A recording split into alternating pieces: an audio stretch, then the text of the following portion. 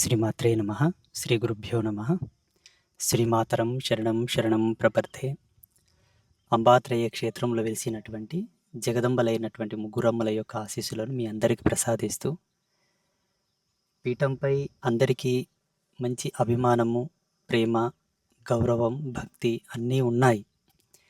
వేలాదిగా భక్తులు పీఠానికి వస్తున్నారు. వారి యొక్క విశ్వాసం, వారి నమ్మకం ఆ జగదంబ ఎప్పుడూ కూడా వాళ్ళని చల్లగా కాపాడాలని మనస్ఫూర్తిగా నేను కోరుకుంటూ, ఈ పీఠంలో ఏదో మహిమలు జరిగిపోయాయి, లీలలు జరిగిపోయాయి, పడిపోయిన వాళ్ళు లేశారు, కాళ్ళు చేతులు బాగైనాయి, కళ్ళు లేని వాళ్ళకి కళ్ళు వచ్చాయి ఇటువంటివి ఏమి ఇంతవరకు జరగలేదు. లీలలు జరిగిన మహిమలు చాలా ఉన్నాయి అనుకోండి. అవన్నీ వ్యక్తీకరించి చెప్పడం అంత మంచిది కాదు. సోషల్ మీడియా మాధ్యమంగా ఒక వీడియో రికార్డ్ చేసి అప్లోడ్ చేసి, ఇదిగో ఇక్కడ ఇది అద్భుతం జరిగిందని సాక్ష్యాలు పెట్టి భక్తులను మభ్యపెట్టేటటువంటి సంఘటన ఇప్పటివరకు అయితే ఏం జరగలేదు. పోనీ ఈ క్షేత్రమునకు జ్ఞాన అధికారికమైనటువంటి దూతగా నేనున్నాను కాబట్టి, నేను కూడా ఏదో మహిమలు చేశాను, లీలలు చేశాను, ఏదో సృష్టించాను, ఏదో జరిగిపోయింది అన్న దాఖలాలు నేను కూడా వ్యక్తీకరించలేదు. ఇది కేవలం కూడా అద్భుతమైనటువంటి విజ్ఞానమైన ధర్మం ప్రాతిపదిక మీద నడుస్తున్నటువంటి పీఠం. ఆ కోణంలో కేవలం ఒక వాక్కుని గౌరవించి చెప్పేటటువంటి మాటలో ఉండేటటువంటి సత్యాన్ని, అంతర్భూతాన్ని వెతికి చూసి నమ్మి నమ్మకంతో వస్తున్నటువంటి ప్రతి ఒక్కరు కూడా భగవతి యొక్క కృపకు పాత్రులే. ఇందులో సందేహం లేదు. పీఠంలో కొన్ని నిర్మాణాలు చేపట్టడం జరిగింది. అది కూడా కేవలం భక్తుల యొక్క సౌకర్యార్థమై కొన్ని నిర్మాణాలు చేపట్టడం జరిగింది. గతంలో ఒక 2 నెలల కింద ఒక చిన్న షార్ట్ రిలీజ్ చేశారు క్షేత్ర నిర్మాణంలో జరిగేటటువంటి పనుల గురించి. నిన్న శుక్రవారం రోజు భూమి పూజ చేయడం జరిగింది. అన్నప్రసాద భవనమునకు, కళ్యాణ మంటపానికి, ఆలయం చుట్టూతో ఒక విశాలమైనటువంటి ప్రాంగణ మంటపాన్ని గురించి భూమి పూజ చేయడం జరిగింది. గురునివాసమునకు, పరాశరి స్వామివారు ఉండడానికి కూడా ఒక నివాసమునకు సంబంధించి భూమి పూజ శంకుస్థాపన చేయడం జరిగింది శుక్రవారం రోజు. చేయడం అన్న పాత్రతలో నేనున్నాను, చేయించే పాత్రతలో అమ్ముంది. కానీ వీటిని సాకారం చేసేటటువంటి పాత్రత, బాధ్యత, ఆ రెస్పాన్సిబిలిటీ, ఆ అధికారికమంతా కూడా భక్త హృదయాల మీదనే ఉన్నది. ఇది ఆస్తికులు, శ్రీపీఠం పైన, అంబాత్రేయ క్షేత్రం మీద అభిమానం ఉండేటటువంటి సద్భక్తుల యొక్క శక్తి సామర్థ్యాలకు ఇదొక అమ్మ ఇచ్చినటువంటి బాధ్యత. అమ్మ మీద నమ్మకం, విశ్వాసం, అభిమానం, ప్రేమ, స్వామి మీద గౌరవం, ప్రేమ. ఈ స్వామి ఉండడం వలన సమాజానికి ఎంతో ఉపయోగం ఉన్నది, ధర్మానికి ఎంతో ఉపయోగం ఉన్నది, శాస్త్ర విజ్ఞాన పరిజ్ఞానంలో కూడా మేలు జరగబోతున్నది. భావితరాలకు ఒక అద్భుతమైనటువంటి బాసటగా, అండగా, తోడుగా ఈ స్వామి ఉంటాడు. ఆ క్షేత్రం ఉన్నంత వరకు మన ధర్మానికి, సమాజానికి, ఈ యొక్క సనాతనమైన పరంపరకు ఒక ఆదర్శప్రాయంగా నిలబడుతుందనేటటువంటి నమ్మకం మీకుంటే ప్రతి ఒక్కరూ ఈ మహాయజ్ఞంలో భాగం పంచుకోవాలని మనస్ఫూర్తిగా నేను కోరుకుంటున్నాను. నేను చాలా సందర్భాల్లో చెప్పాను, పీఠానికి ఎవరి సహాయ సహకారాలు లేవు. మా పూర్వపు గురువుల యొక్క పరంపరానుగతంగా సంక్రమించినటువంటివి కూడా ఏమీ లేవు. నేను సంపాదించింది ఏమీ లేదు. జ్ఞానం, భగవతి ఇచ్చినటువంటి వాక్కు, జగదంబ ఇచ్చినటువంటి అనుగ్రహాన్ని, నా అనుష్ఠాన శక్తిని సంపాదించుకోగలిగాను. వాటితో డబ్బులు సృష్టించుకోవచ్చు కదా స్వామి, నిర్మాణాలు చేయొచ్చు కదా అంటే చేయొచ్చేమో, కానీ శాస్త్రం ఆ విధంగా వాడొద్దని చెప్పింది మహిమలను.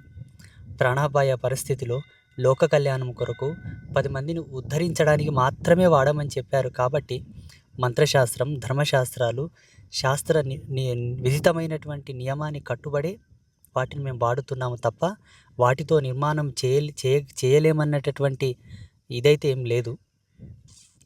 ఆ విషయాన్ని మీరందరూ దృష్టిలో పెట్టుకోవాలి. చూడండి, ధర్మానికి వెచ్చించినది ఏది కూడా ధర్మమే వస్తుంది. అందుకే ధర్మో రక్షతి రక్షిత అన్నారు. పరాశరి స్వామి లోపల మీకు నిజాయితీ కనబడితే, వాస్తవం కనబడితే, స్వామి మంచివాడు, నిస్వార్థపరుడు, ఆయన మంచే చేస్తాడని నమ్మకం మీకుంటే తప్పకుండా ఈ మహాయజ్ఞంలో మీరు భాగం పంచుకోండి. ఇక్కడ సిమెంట్ అవసరం, స్టీల్ అవసరం, కంకర అవసరం, శాండ్, ఉస్క అవసరం, ఇంకా చాలా ఉన్నాయి. ఇక్కడ నిర్మాణాన్ని బట్టి ఇక్కడ ఏమేమి అవసరం పడతాయో వస్తు రూపేణా మీరు తీసుకొచ్చి సమర్పించవచ్చు, లేదా ధన రూపేణా ఏదన్నా మీకు తోచింది సహకరిస్తామనుకుంటే అది రూపాయి ఎందుకు కాదు, రూ. 10 ఎందుకు కాదు, మీకు చేతనైనంత మీరు పీఠానికి సహకరించాలి. మా కూనం, మా ఎముకల కష్టం, మాదైన మా శ్రామికం, మా మానసికమైనటువంటి శారీరక, మానసిక, శ్రామిక విభాగం పీఠంలో మా గుర్తుగా ఉండాలని మీరు అనుకుంటే ఏ విధంగానైనా మీరు సహకరించవచ్చు. స్క్రీన్ మీద మన ట్రస్ట్ యొక్క నంబర్ని స్క్రోల్ చేస్తారు. డైరెక్ట్ మీరు ఆ ట్రస్ట్కి మీరు ఏదైనా పంపించాలనుకున్నా పంపించవచ్చు. నేను అడిగే దాంట్లో తప్పు లేదండి.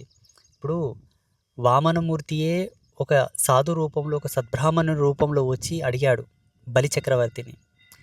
ఎందరో యోగులు, ఋషిపుంగవులు, సిద్ధపురుషులు, స్వామీజీలు, సన్యాసులు కూడా భిక్షాపాత్రను పట్టుకొని అడుక్కున్న ధర్మం ఈ భూమిలో ఉన్నది, ఈ భరత భూమిలో ఉన్నది. శంకర భగవత్పాదుల వారే ఒక సాధ్వీమణి ఇంటి ముందలకెళ్ళి భవదీ భిక్షాందేహి అని అడిగాడు. మారుతున్న కాలాన్ని బట్టి, మారుతున్నటువంటి ఈ సమాజాన్ని బట్టి, ఈ జనరేషన్ని బట్టి, ఈ కంప్యూటర్ కాలము, ఈ స్మార్ట్ ఫోన్ కాలము, ఎలక్ట్రానిక్ మీడియా మీద నడుస్తున్న ఈ కాలాన్ని బట్టి, ఇప్పుడున్న కాలాన్ని బట్టి ఇలా అడుక్కోవాల్సి వస్తుంది కాబట్టి అడుక్కుంటున్నాను. నాతో ఉంటే నేను అడగకపోదు, లేదు కాబట్టి అడుగుతున్నాను. దీన్ని మీరందరూ మంచిగా చూసుకొని, తీసుకొని, నేను చెబుతున్నటువంటి వాక్యాన్ని మంచిగా చూసుకొని, తీసుకొని పీఠానికి సహకరిస్తారని ఈ యొక్క చిన్న సందేశం. ప్రతి ఒక్కరూ ఈ పీఠం మీదైన పీఠాన్ని డెవలప్మెంట్ చేసుకునే పాత్రతలో మీరు ముందుండాలని అధికారికమైనటువంటి వాక్కుగా మీకు ప్రసాదిస్తూ, ప్రతి ఒక్కరూ కళ్యాణ మంటపం, అన్నప్రసాద భవనము, గురునివాసము, ఆలయం చుట్టూరుతో ఉండేటటువంటి ప్రాకార మంటప భవనములు, గోశాల, వీటన్నిటి నిర్మాణంలో మీరందరూ భాగస్వాములు అవుతారని మనస్ఫూర్తిగా కోరుకుంటూ, చాలా పెద్ద ఎత్తున సుదీర్ఘమైనటువంటి ప్రణాళికను దృష్టిలో పెట్టుకొని సమ్ జనరేషన్స్ వరకు ఉపయోగపడేటటువంటి కోణంలో పెద్ద ఎత్తున భారీ నిర్మాణాలు చేపట్టారు. కాబట్టి దయచేసి మీరందరూ సహకరిస్తారని, చేయూతనిస్తారని మనస్ఫూర్తిగా కోరుకుంటూ, ఆ ముగ్గురమ్మల యొక్క ఆశీస్సులను మీ అందరికీ ప్రసాదిస్తూ, శ్రీమాత అనుగ్రహ ప్రసాద సిద్ధిరస్తు తదాస్తు.